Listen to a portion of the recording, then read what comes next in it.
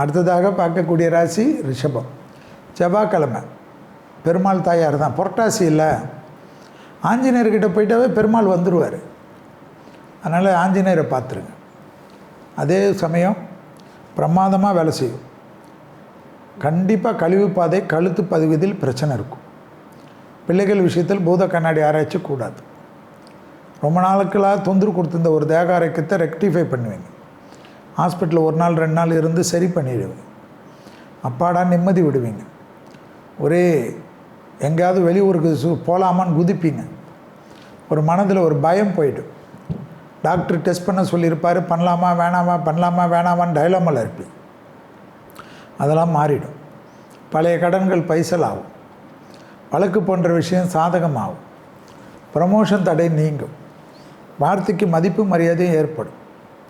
கொடுத்த வாக்கை குடும்பத்திலும் வெளிவட்டாரத்திலே காப்பாற்றுவீர்கள். தேகாரோக்கியத்தில் இருந்த பாதிப்புகள் பரிபூர்ண நிவர்த்தி ஏற்படும். தொழில் நிமித்தமான அனுகூலங்கள் காணப்படும். யோக பலத்தை அதிகமாக பெறுவீர்கள். பெற்றோர் பெரியோருக்கும் உங்களுக்கும் இருந்த மனத்தாங்கல் தீரும்.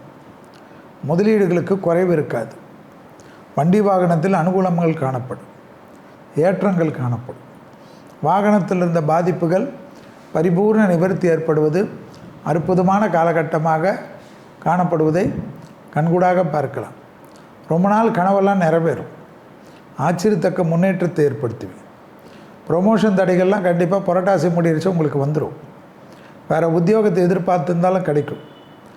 உங்களை யார் கிண்டல் பண்ணியிருந்தாங்களோ அவங்கள ஆச்சரியத்தக்க அளவுக்கு முன்னேற்றம் தரும்.